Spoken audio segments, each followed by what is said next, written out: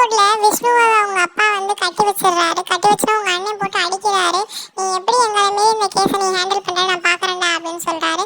அதுக்கு வக்கீல் சொல்றாரு, நீங்க எதுக்காக இந்த கேஸை எடுக்கலைங்கிறதும் தெரியும், உங்க சம்பந்தியே ஜெயில இருக்காரு, அப்படி கூட பார்க்காம நேர்மையா இருக்காருன்னு சொல்லிட்டு மக்கள் மத்தியில பேர் வாங்குவாங்கன்னு சொல்லிட்டு தானே நீங்க எடுக்கல அப்படின்னு சொன்னா அவங்க அப்பா ரொம்பவே ஷாக் ஆயிடுறாரு. அப்ப அவங்க அண்ணன் வந்து என்ன எங்க அப்பா கிட்டே பேசுறான்னு சொல்லிட்டு அடிக்க வரான். கரெக்டா வேலு வந்து பிடிச்சிட்டு நீங்க முதல்ல கிளம்புங்க அப்படின்னு சொல்லிட்டு சக்தி இதுல ஜெயிக்கணும் அப்படின்னு சொல்லிட்டு விஷ்ணு அனுப்பிச்சு வச்சிடறாரு.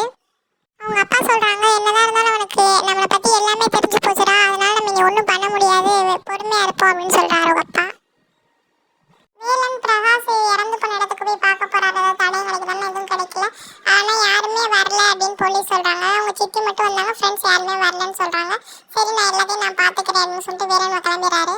விஷ்ணு வீட்டுக்கு வராரு நடந்தது எல்லாத்தையும் விசாரிக்க. அப்ப செல்வியோட ஃப்ரெண்டு வராங்க. நாங்கெல்லாம் சீனியர் ஒன்னாதாம படிச்சோம் அப்படின்னு சொல்லிக்கிட்டு இருக்காங்க. அப்ப வந்து விஷ்ணு கேட்கிறாரு, என்கிட்ட நீங்க எல்லாத்தையும் ஓப்பனா சொன்னாதான் நான் இதை மூவ் பண்ண முடியும், ஏன்னா உங்க அப்பா கேட்டு நினைக்கிறேன் அப்படின்னு சொல்லும்போது, நீங்க எதுவும் உண்மையை சொல்ல போறதில்ல, நான் கிளம்புறேன் முதல்ல அப்படின்னு சொல்லும்போது, இருங்க நான் எல்லாத்தையும் சொல்றேன்னு எல்லாத்தையும் சொல்றாரு. அதோட எனக்கு அந்த சீரியல் முடிஞ்சிருது.